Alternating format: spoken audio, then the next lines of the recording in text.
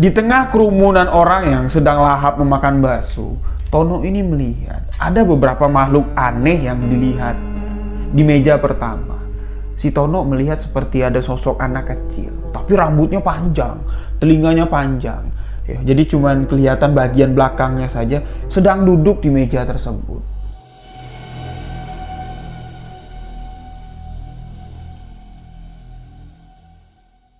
Bismillahirrahmanirrahim. Assalamualaikum warahmatullahi wabarakatuh. Halo sahabat sebuah kisah misteri. Kembali lagi bersama saya, Ryu Wijaya. Terima kasih untuk sahabat yang telah mendengarkan kisah misteri yang saya ceritakan. Terima kasih juga untuk sahabat yang selalu memberikan dukungan, memberikan support agar channel ini dapat berkembang. Untuk sahabat yang baru bergabung, baru mendengarkan kisah misteri yang saya ceritakan, sahabat boleh mengklik tombol subscribe dan jangan lupa aktifkan notifikasi loncengnya agar tidak ketinggalan video-video sebuah kisah misteri selanjutnya. Sahabat juga bisa memfollow akun Instagram saya Ryu.Wijaya91 karena di Instagram saya sering live untuk menceritakan kisah-kisah misteri. Dan di sebuah kisah misteri kali ini saya akan menceritakan sebuah kisah yang dibagikan oleh salah seorang sahabat, menceritakan tentang pesugihan juragan bakso. Jadi bagaimana kisahnya? Simak hanya di sebuah kisah misteri.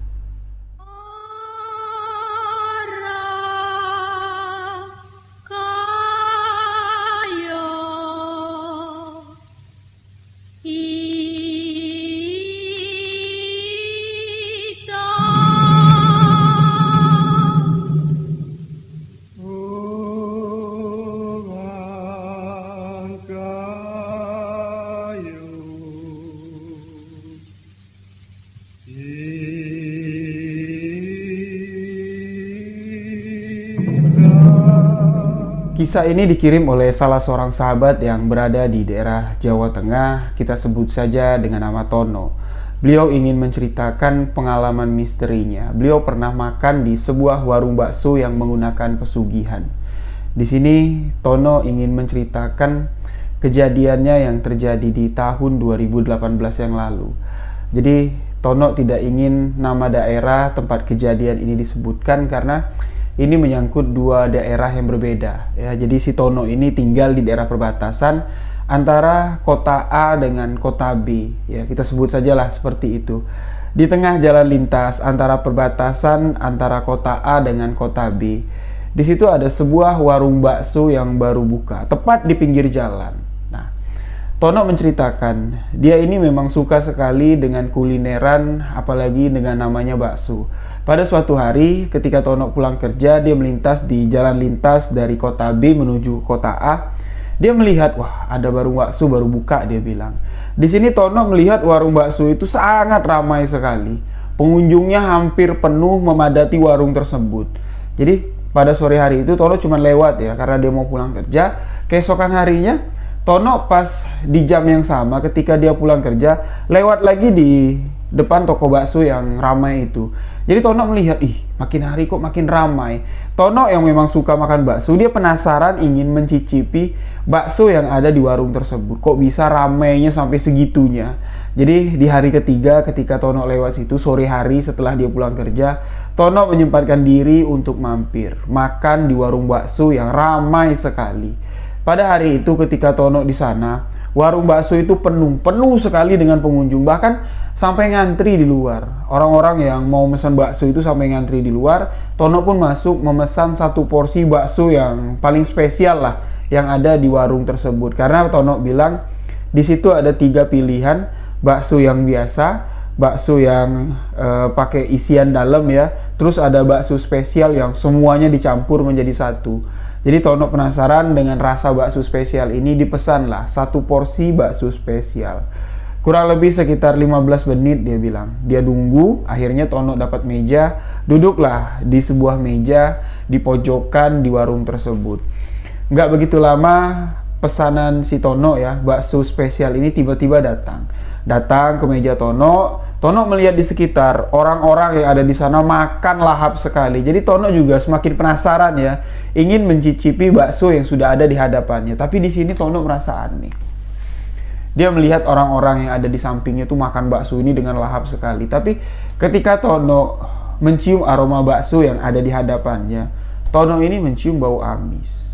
Jadi dia memperhatikan sekitar, nih bau amis dari mana nih? Nggak mungkin lah dari bakso yang ada di hadapanku ini mengeluarkan bau amis. Di sini Tono mendekati bakso tersebut dan karena bakso itu nguap ya, masih panas lah, banyak uapnya. Uapnya itu ngenain mata si Tono, nggak sengaja lah si Tono ini ngucek matanya. Setelah Tono ngucek-ngucek matanya pakai jari, dia kembali melihat bakso yang ada di hadapannya. Di sini Tono melihat seporsi bakso yang ada di hadapan Tono, bakso spesial yang dijual di warung tersebut. Dalamannya itu ada telur kodok. Jadi Tono sempat bingung loh, ini bener gak sih telur kodok? Masa iya? Di dalam bakso kok ada telur kodok? Jelas sekali Tono masih ingat bentuknya. Ya, telur kodok itu kecil-kecil, berlendir dan itu memenuhi semangkuk bakso yang ada di hadapannya. Tono tidak percaya dengan apa yang dilihat, lagi-lagi Tono ngucek matanya. Ngucek matanya, setelah Tono mengucek mata yang kedua, di dalam mangkuk bakso yang berisi telur kodok tadi, di situ Tono melihat di situ ada ekor cicak. Ya. Di tengah-tengah bakso yang ukurannya besar, di situ ada mie, ya, sudah dipenuhi dengan telur kodok. Di situ Tono melihat ada ekor cicak. Setelah Tono melihat kejadian yang gak masuk akal yang ada di hadapannya, Tono merasa mual. Dia berdiri, membayar bakso itu dan meninggalkan warung bakso tersebut. Di perjalanan pulang, Tono yang penasaran dengan apa yang dia lihat, bertanya-tanyalah Tono dalam hati, bener gak sih apa yang aku lihat? Bakso yang di depanku tadi tuh isinya tuh ada telur kodok, ada ekor cicak. Apa cuma penglihatanku saja? Jadi keesokan harinya ketika Tono pulang kerja, dia lewat lagi di warung bakso tersebut, tapi si Tono ini nggak mau ya mampir di situ lagi. Dia lewat aja sambil memperhatikan, kok makin hari makin rame, si Tono bilang. Nah, di hari itu Tono kan dari perjalanan dari kota B menuju kota A. Di kota A tempat si Tono tinggal, di situ ada warung bakso langganan si Tono yang jaraknya tidak terlalu jauh dari bakso yang baru buka ini, bakso yang menggunakan pesugihan ini. Jadi Tono mampirlah di warung langganan si Tono ini. Dia ngelihat, loh Pak De, kok sepi? Iya Ton, beberapa hari ini memang sepi. Loh, emang pada kemana Pak di langganan Pak De? Nggak tahu. Orang bilang di sebelah ya, di jalan lintas sebelah ada warung bakso Ton yang baru buka. Kamu tadi lewat sana ngeliat nggak ada warung bakso yang buka? Nah, si Tono yang sudah tahu kalau di tengah-tengah perbatasan antara kota B dengan kota A ini memang ada sebuah warung bakso yang baru buka. Tono cerita sama si Pak D, iyo deh, itu tuh di tengah-tengah ya, di tengah-tengah jalan lintas ini ada warung bakso yang baru buka. Aku ya merhatiinnya udah 4 hari ini, rame sekali deh. Iya Ton, aku juga belum sempat ngecek ke sana. Yo, anakku bilang, pedagang bakso itu yo rame sekali. Mungkin pelanggan-pelangganku pada lari ke sana. Ya udahlah deh, nggak usah dipikirin, si Tono bilang. Aku mesen 1 porsi. Nah, Tono ini mesen 1 porsi biasa ya, bakso biasa yang dimakannya. Di situ Tono makan sangat lahap sekali. Dia tidak merasa ada yang aneh, bakso yang diciumnya aromanya sangat wangi sekali dari kaldu bakso yang dihasilkan si Pak D ini ya, yang diracik sama si Pak D. Baksonya juga enak sekali. Jadi setelah si Tono ini makan, niat hati si Tono ini ingin menceritakan kejadian yang dia alami. Ketika dia mampir ke warung bakso di tengah-tengah jalan lintas ini, dia ingin menceritakan kalau dia melihat di dalam mangkuk penjual bakso itu ada telur kodok sama ekor cicak. Tapi si Tono ini masih ragu, bener nggak nih kalau aku ceritain sama si Pak D ini, apa yang kulihat tuh bener nggak? Nanti malah jadi fitnah. Akhirnya Tono mengurungkan niatnya untuk menceritakan kejadian ini kepada Pak D. Hari itu Tono pun pulang. Dek, makasih ya. Dia bayar seporsi bakso dan Tono pun pergi pulang ke rumah. Sampainya di rumah, setelah Tono beres-beres ya, setelah mandi, kurang lebih sekitar jam 8 malam, Tono ini pergilah ke warung kopi tempat dia sering nongkrong. Di situ Tono bertemu dengan sahabat baik Tono. Kita sebut saja dengan nama Aan. Nah, Aan ini memang sahabat dari mulai SMA ya sama Tono, karena di tahun 2018 dia sudah bekerja di salah satu perusahaan yang ada di kota B. Si Aan ini sudah kenal baik, sudah kenal dekat sama si Tono ini semenjak dari kelas 1 SMA. Dan si Aan ini yang hobinya itu Tono bilang sewaktu SMA tuh agak aneh lah ya. Dia suka mengkoleksi barang-barang pusaka. Dia sangat hobi sekali, suka sekali dengan hal-hal yang berbau mistis. Nah, ketemulah di warung kopi si Tono dengan Aan ini. Tono ini langsung menceritakan kepada Aan, kamu tahu nggak Aan? kalau kita sedang makan, ya makan di warung lah, si Tono bilang. Tono belum menceritakan kalau dia makan di warung bakso yang baru ini, makan di rumah makan, di tempat makan lah gitu. Jadi ketika kita makan, kita mencium aroma amis dari makanan yang kita makan ini, ya, yang kita pesan. Lalu pas aku ngucek-ngucek mata, yang kulihat di makanan yang akan aku makan, di makanan yang sudah dipesan ini, itu terlihat aneh. Anehnya gimana? Si Aan bilang, yo aku ngeliat di situ ada telur kodok, aku ngeliat di situ ada telur cicak. Lah terus kamu makan? Ya enggak lah, aku ngeliatnya aja udah enak gitu kan. Emang kamu lihat di mana? Nah, barulah di sini si Tono ini menceritakan semua kejadian yang dialaminya. Aku melihat bakso, ya, warung bakso yang baru buka di perbatasan antara kota A dengan kota B. Ya, jadi kamu tahulah aku ini hobi makan bakso. Aku mampir ke sana karena aku melihat orang-orang yang ada di sana tuh ramai sekali. Jadi aku mampir lah. Nah, akhirnya si Aan ini menyimpulkan warung itu, kalau aku rasa ya, kalau aku dengar dari pengalaman aku, ya mungkin aja warung itu menggunakan pesugihan. Masa iyo sih? Loh, kamu kan sudah ngelihat makanan yang ada di hadapan kamu itu makanan yang gak wajar dimakan. Yuk masa iya orang ngeracik bakso pakai telur kodok dengan ekor cicak, kan gak mungkin. Lagi pula kalau ada makanan yang isinya jorok kayak itu, gak mungkin lah ada yang mau makan, si Aan bilang. Dan si Tono pun baru kebuka ya pikirannya, mungkin aja ya. Bukan mungkin aja, tapi pasti. Aku bisa pastikan kalau itu menggunakan pesugihan. Nah, jadi si Tono sama si Aan ini berinisiatif untuk membongkar pesugihan di warung bakso tersebut. Yang mana sebenarnya si Tono ini cuman iseng aja lah, ngiyain apa yang dibilang Aan. Ayolah, besok kita cari tahu, kalau perlu kita bongkar rahasia pesugihan yang digunakan warung bakso tersebut. Karena dampaknya nggak baik. Pasti dampaknya nggak akan baik untuk kampung kita. Karena lokasi yang ditempati pemilik bakso pesugihan ini kan di tengah-tengah antara kota B dengan kota A. Sedangkan Aan sama Tono ini kan tinggal di kota A. Si Aan takutnya begini, pedagang-pedagang yang ada di sekitaran kota A itu kena imbasnya. Semua pelanggan mereka tuh akan ketarik semua ke tempat warung bakso yang menggunakan pesugihan. Nah, sebenarnya Tono ini cuman pembicaraan pada malam itu ya cuman untuk ngenain ngopi lah. Tono ini nggak nyangka kalau yang diceritain sama si Aan ini, dia berniat untuk membongkar pesugihan di warung bakso itu memang akan benar-benar dilakukan sama si Aan. Nah, keesokan harinya si Tono ini pulang ke rumah, pulang kerja sekitar jam 6 sore. Tiba-tiba si Aan sudah duduk di depan rumahnya. Loh, An, kamu kok di sini? Loh, kita kan mau pergi. Pergi kemana? Si Tono bilang, yo ke warung bakso kan. Kamu kan mau ngajak aku ke sana. Aku penasaran, Ton. Aku pengen lihat, beneran enggak warung bakso itu pakai pesugihan. Tapi kalau hatiku mengatakan itu pasti menggunakan pesugihan. Aku mau cari tahu. Nah, si Tono ini nganggep, yaudahlah, sekalian jalan-jalan sore lah. Dia bilang gitu, yaudahlah, aku ganti baju dulu. Tono pun masuk ke rumah, dia ganti baju. Sebelum maghrib, mereka pun berangkat menuju ke tukang bakso yang menggunakan pesugihan yang letaknya tidak terlalu jauh dari rumah si Tono. Menggunakan sepeda motor, Aan dibonceng. Sesampainya di depan warung bakso, ya, Tono bilang, An, tuh, sampean lihat. Manusia yang ada di sana, orang-orang yang ada di sana tuh pada gak sadar. Makannya tuh kayak orang kesurupan. Lu iya, si Aan bilang. Nah, jadi mereka kan berangkat kan sebelum maghrib. Sesampainya di sana, ya, kurang lebih 2 menit, 3 menit lah, mereka sedang ngobrol-ngobrol, membicarakan orang-orang yang ada di warung bakso itu. Pelanggan-pelanggan yang makan bakso lahap sekali, ada yang rela sampai ngantri. Azan berkumandang. Saat azan berkumandang, ya, Tono ini yang notabene sama sekali tidak memiliki ilmu kebatinan, sama sekali nggak memiliki pegangan lah ya. Tiba-tiba sekelibat dia melihat di tengah kerumunan orang yang sedang lahap memakan bakso. Tono ini melihat ada beberapa makhluk aneh yang dilihatnya. Jadi di meja tempat penjual bakso itu, yang mana di situ pelanggannya pada lahap makan. Di meja pertama, si Tono melihat seperti ada sosok anak kecil, tapi rambutnya panjang, telinganya panjang. Ya, jadi cuman kelihatan bagian belakangnya saja, sedang duduk di meja tersebut. Nah, di meja kedua, Tono melihat di belakang orang yang sedang makan berdiri sosok tinggi besar. Jadi tinggi dari warung tersebut ya kurang lebih deknya itu sekitar 3 meter lah.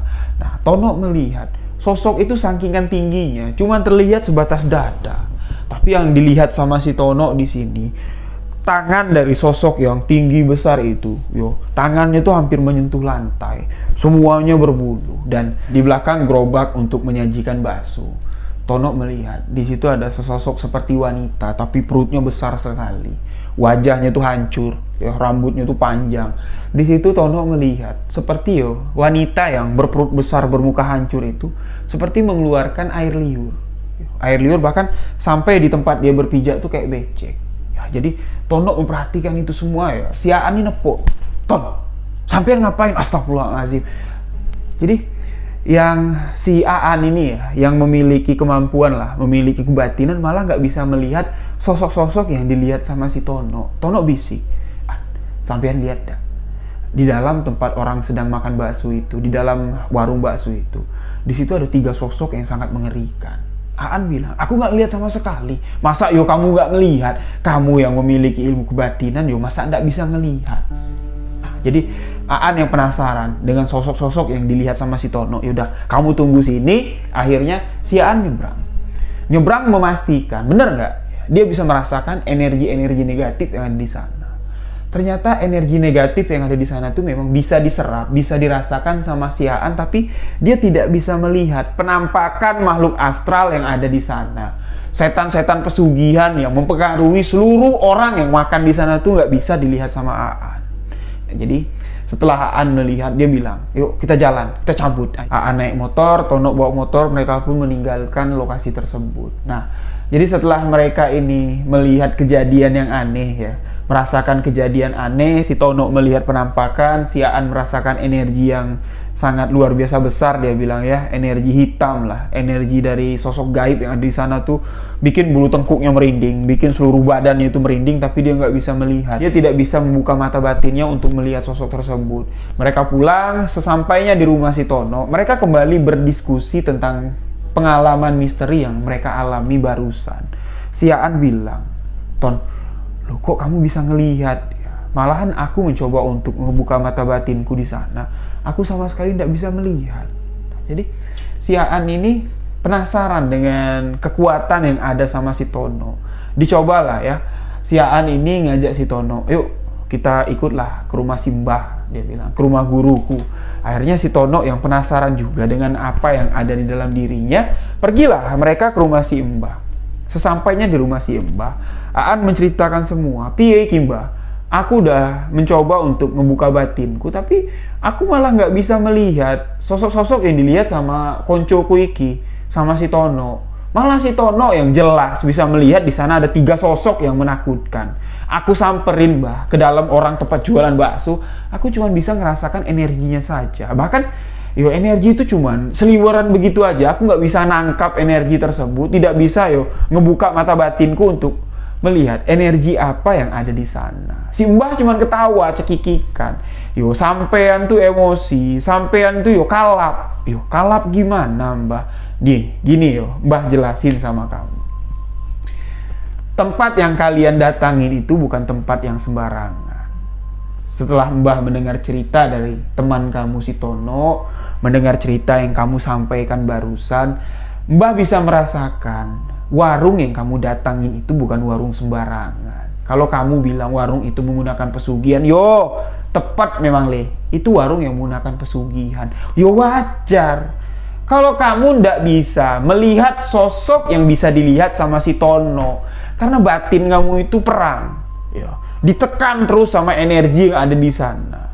Kalau orang-orang yang memiliki ilmu kebatinan bisa melihat sosok mereka yang ada di sana, otomatis cepat atau lambat warung pesugihan itu akan terbongkar. Ndak bisa lah. Bukan hanya pesugihan aja yang ada di sana. Warung itu sudah dilimuni, dipagari dengan pagar gaib agar orang-orang yang memiliki kemampuan kebatinan seperti kamu nggak bakal bisa melihat sebenarnya ada apa di sana. Kalau teman kamu si Tono ini, dia nih polos. Dia nggak ada isi, batinnya tuh nggak ada isi. Beda sama kamu yang sudah mendalami ilmu kebatinan. Jadi si Tono ini secara sugesti dia bisa melihat atas izin Allah. Allah yang membukakan batin si Tono untuk melihat sosok-sosok yang ada di sana. Wallahu a'lam. Rahasia apa yang disembunyikan Allah di balik kejadian ini. Lalu di sini Aan meminta syarat lah kepada si Mbah, bagilah kulo niki syarat Mbah untuk bisa melihat sosok gaib yang ada di sana. Yo kalau bisa kulo niki minta restu sama si Mbah agar kulo bisa ngebongkar pesugihan yang ada di sana. Si Mbah bilang, kalau kamu ingin membongkar pesugihan yang ada di sana, Mbah tanya sama kamu. Kamu yakin? Kamu udah ngerasa kuat? Si Aan bilang, yo insya Allah Mbah, aku udah siap. Salah kamu. Kalau kamu ngomong seperti itu, berarti kamu sombong. Kamu takabur. Kamu belum tahu apa yang ada di hadapan kamu nanti itu apa. Siapa yang akan berhadapan dengan kamu nanti itu kamu nggak tahu. Seharusnya kamu pelajarin dulu.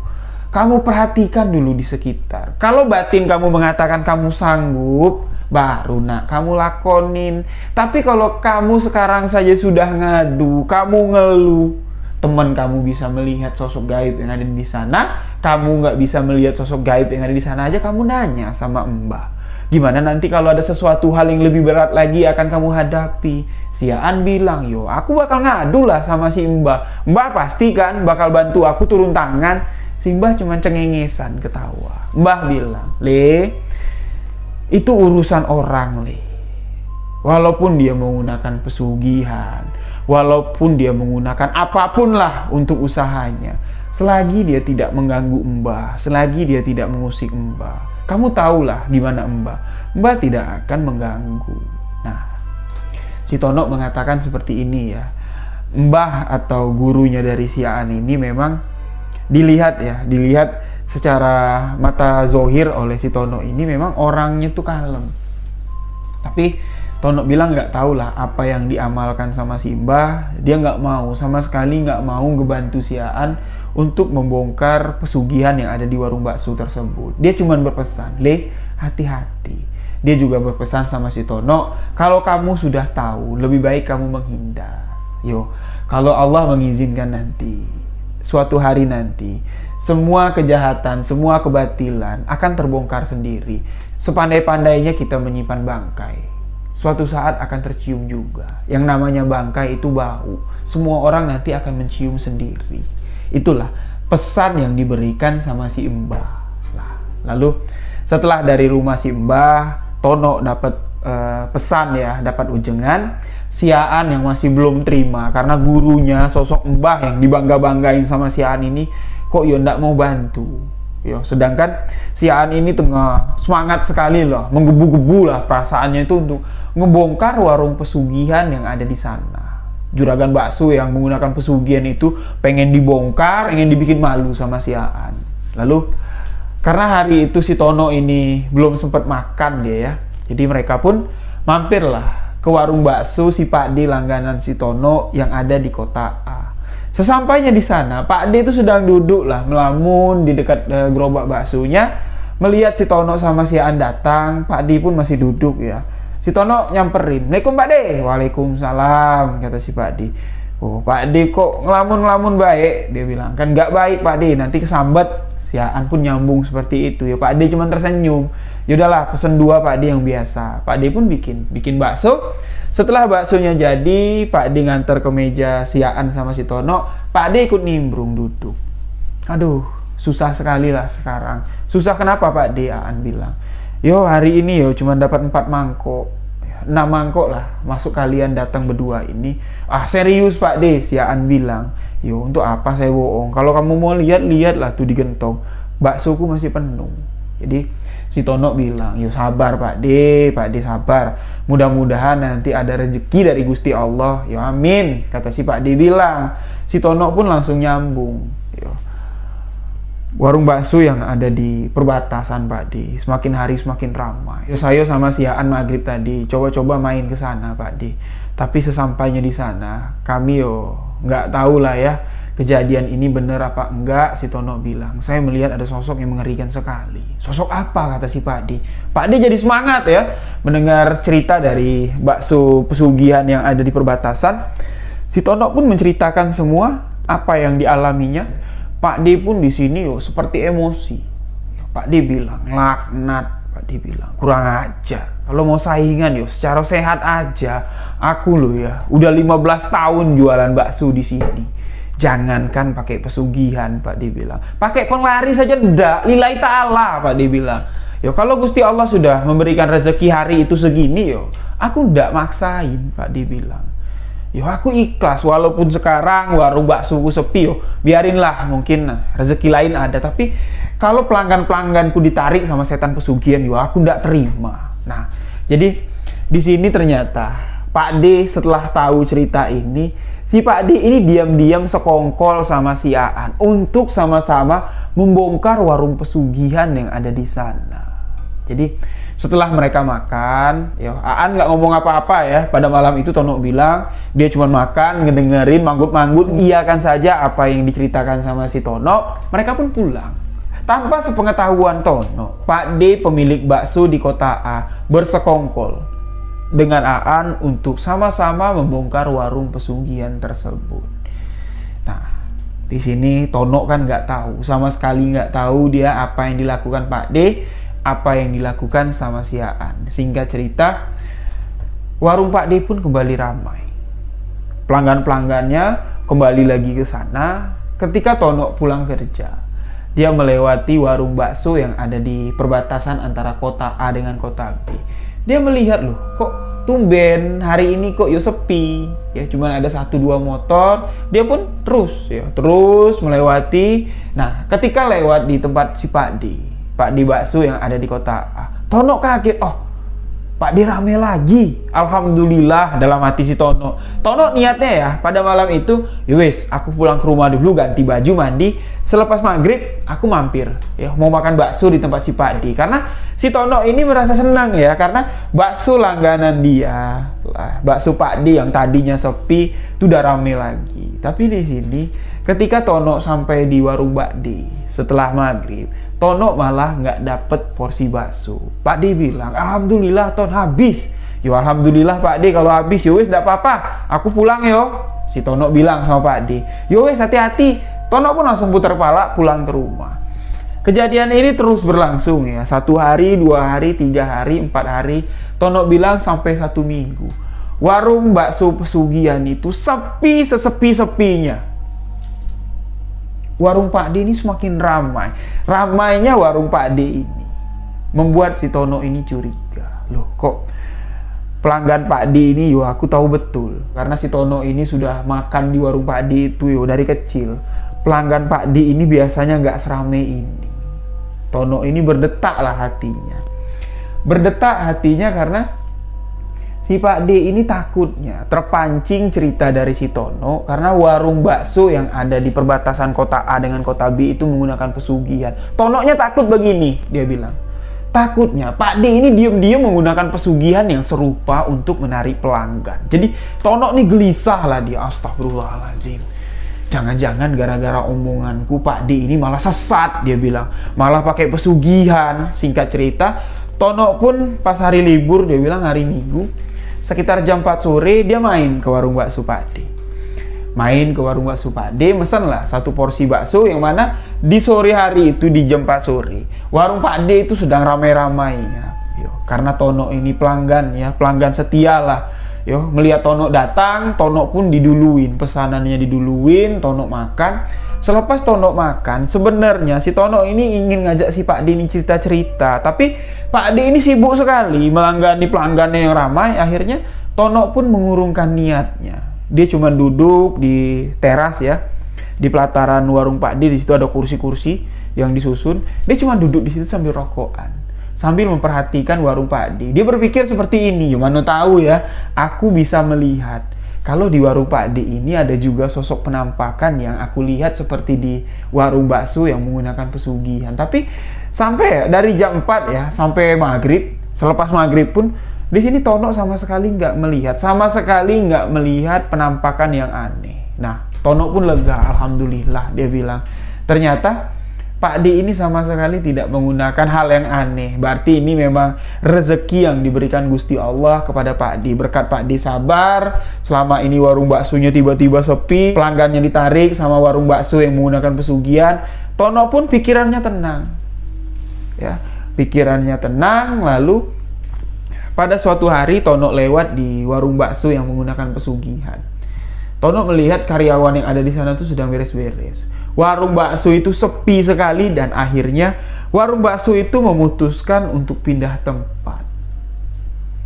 Karena warung bakso itu sepinya tuh kebangetan banget. Tono bilang pelanggan yang tadinya rela ngantri di sana, semua pelanggannya itu menghilang seperti ditelan alam, seperti disirep aja lah.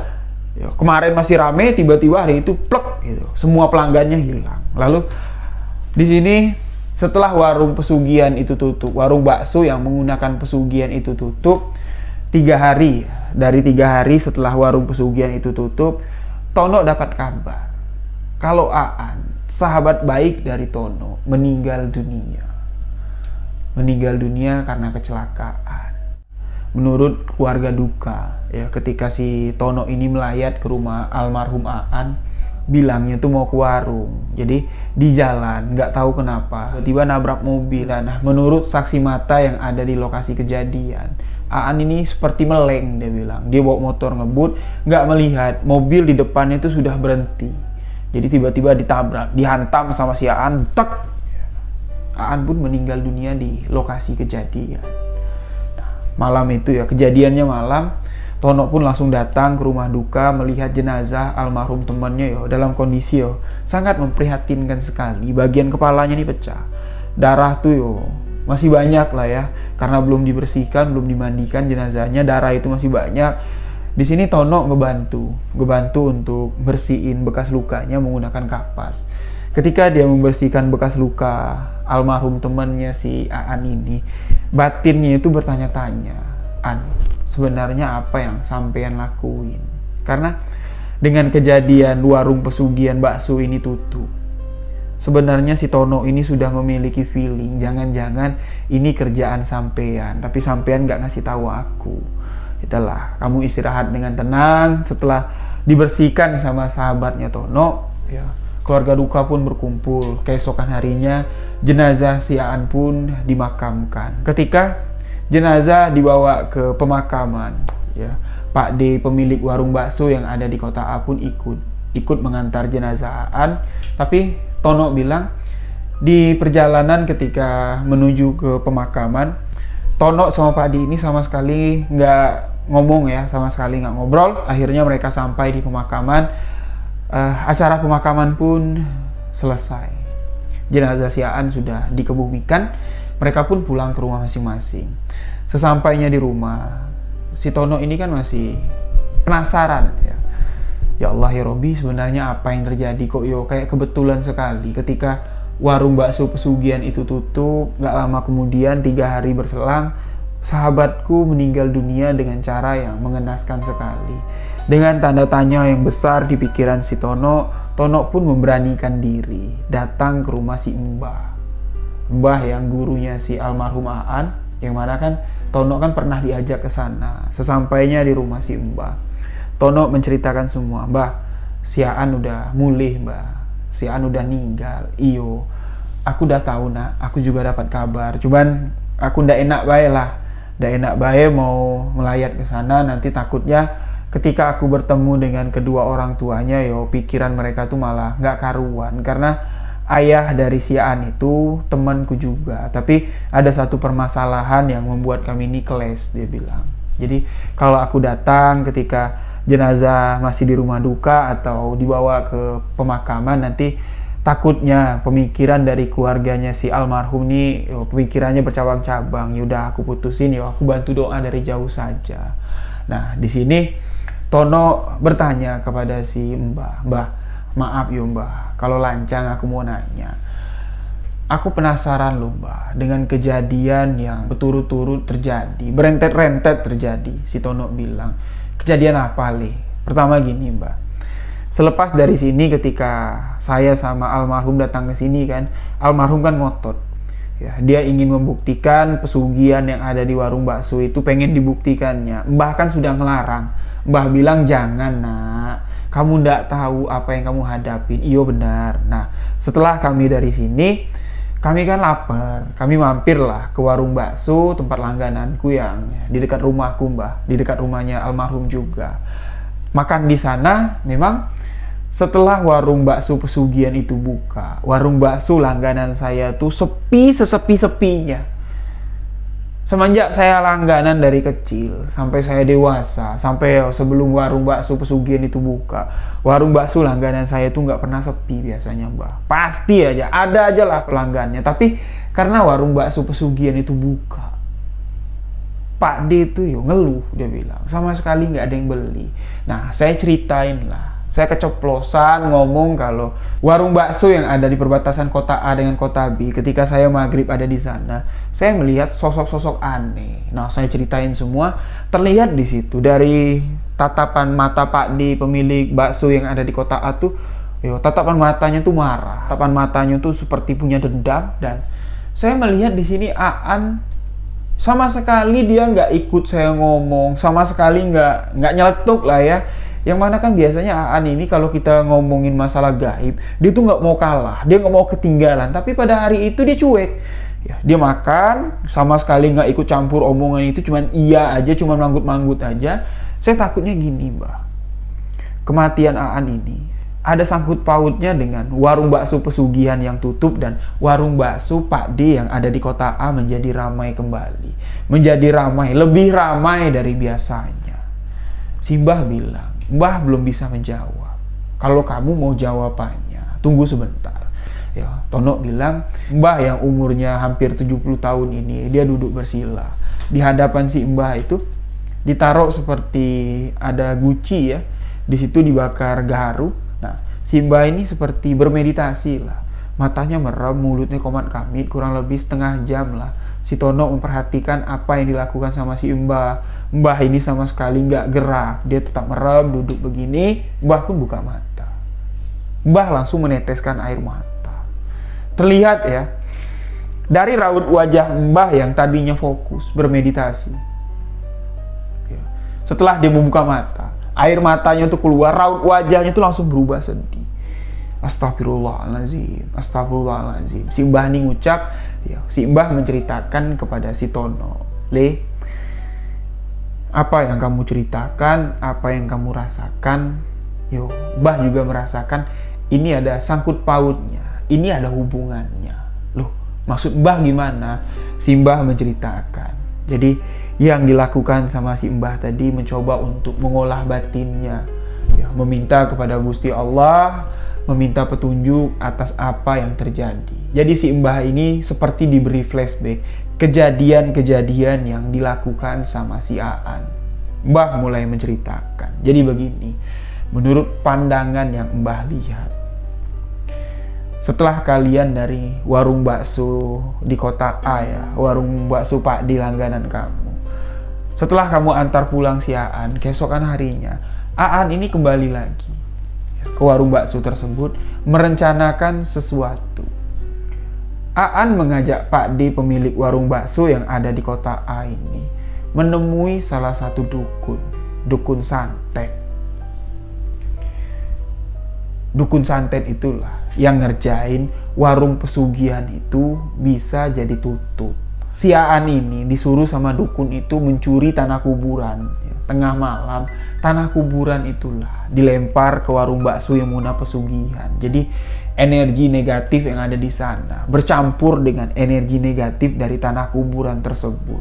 Seolah-olah pelanggan warung bakso pesugihan ini tuh nggak bisa ngelihat kalau warung bakso pesugihan itu ada di sana. Seolah-olah mereka melihat warung bakso pesugihan itu ketutup. Kalau orang lewat di sana, niat hati mereka untuk mencari warung bakso pesugihan itu, untuk makan di warung tersebut. Orang-orang yang mencari di mana sih warungnya, mereka sama sekali tidak bisa melihat. Energi negatif yang efek energi negatif dari tanah kuburan tersebutlah yang membuat aura atau aura pesugihan yang ada di sana itu hilang. Lantas di sini, bukan itu aja yang dilakukan sama si Aan dengan Pak D, pemilik bakso yang ada di kota A. Pak D yang ada di kota A ini, untuk kembali menarik pelanggannya, dia juga memasang penglaris. penglaris dagang, itu juga ada setannya. Aku melihat penghuni yang ada di warung bakso A itu adalah sosok genderuwo, sosok tinggi besar dengan taring yang sangat panjang. Genderuwo itulah yang membuat orang-orang yang makan di sana itu nggak ada kenyangnya. Mereka makan di sana tuh nggak ada puasnya. Nah, setelah apa yang mereka lakukan, si Pak D ini merasa puas. Warung baksonya kembali ramai dan si Aan ini merasa puas karena dia bisa nutup, dia bisa ngerjain warung bakso yang menggunakan pesugihan. Memang Aan setelah pergi dengan kamu ke sini, menemui saya ke sini, dia nggak pernah lagi datang ke sini. Mungkin dia marah sama saya karena saya nggak mau membantu dia untuk membongkar pesugihan yang ada di sana. Nih, saya jelasin sama si kamu. Mbah bilang, bukannya Mbah ndak mau ikut-ikutan si Aan untuk ngebongkar warung pesugihan yang ada di sana. Mbah tuh takut resikonya seperti ini. Resikonya ya mate. Si Mbah bilang, kamu tahu ndak? Kecelakaan yang dialamin sama si Aan ini, itu adalah kerjaan setan pesugihan yang dikerjain sama si Aan. Setan itu ngerasa nggak senang karena warung pesugihannya, juragan pesugihannya itu dikerjain sama si Aan. Mereka menuntut balas. Kecelakaan itu nggak wajar, si Mbah bilang. Aan ini nggak sadar. Dia bawa motor ngebut itu nggak sadar. Seolah-olah jalan yang dilihat itu kosong. Itulah kerjaan dari setan pesugihan untuk membunuh si Aan. Namun apa yang terjadi, sudah terjadi. Semua ini sudah ditakdirkan oleh Allah Subhanahu wa Ta'ala. Kita pun tidak bisa bilang kalau ini kerjaan setan, jalan setan, kita tidak bisa. Simbah bilang, ini semua sudah ditakdirkan, sudah disuratkan. Nah, sekarang saya minta sama kamu. Saya pesan sama kamu. Kamu bisikin pelan-pelan si Pak D yang langganan kamu. Si Pak D yang kerjasama sama si Aan ini. Kamu bisikin pelan-pelan bahwa apa yang dia lakukan itu salah. Berdagang menggunakan penglaris dagang yang didapat dari setan, dari sosok jin atau genderuwo itu tidak baik. Itu sama saja dengan menggunakan pesugihan. Kamu bisikin pelan-pelan. Kalau dia tidak mau dengerin, kita lihat saja nanti apa yang akan terjadi.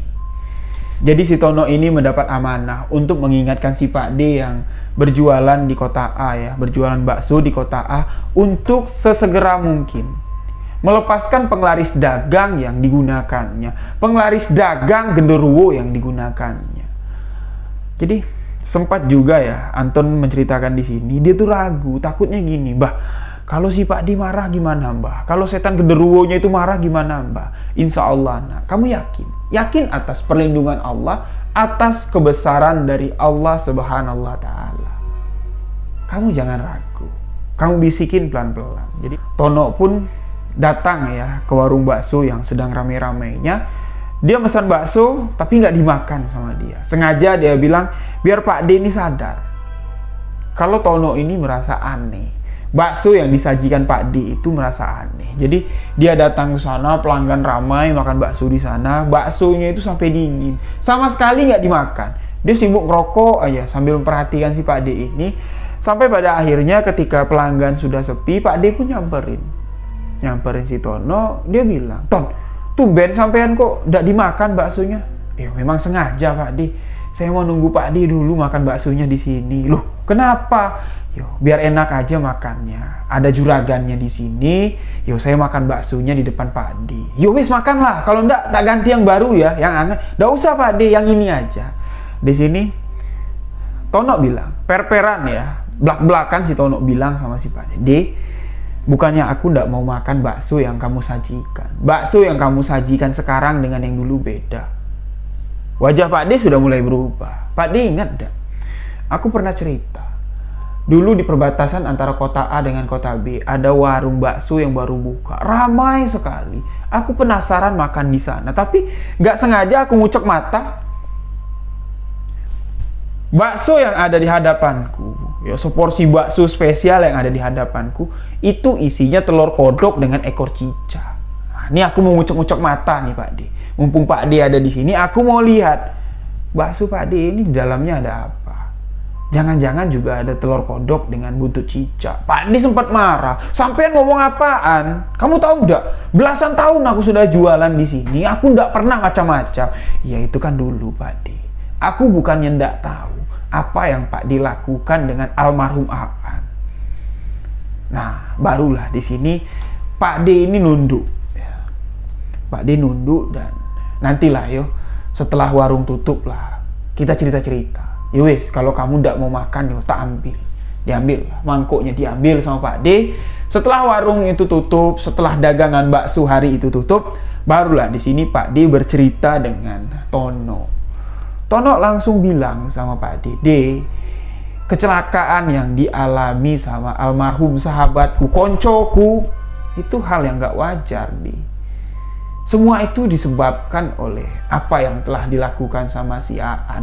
Aan berani-beraninya ngusik warung pesugihan. Akhirnya setan pesugihan itu marah, balas dendam, dan Aan mengalami kecelakaan yang gak wajar. Yo, Pak D bilang begini, yo aku gak tahu sama sekali. Tiba-tiba Aan datang ke sini.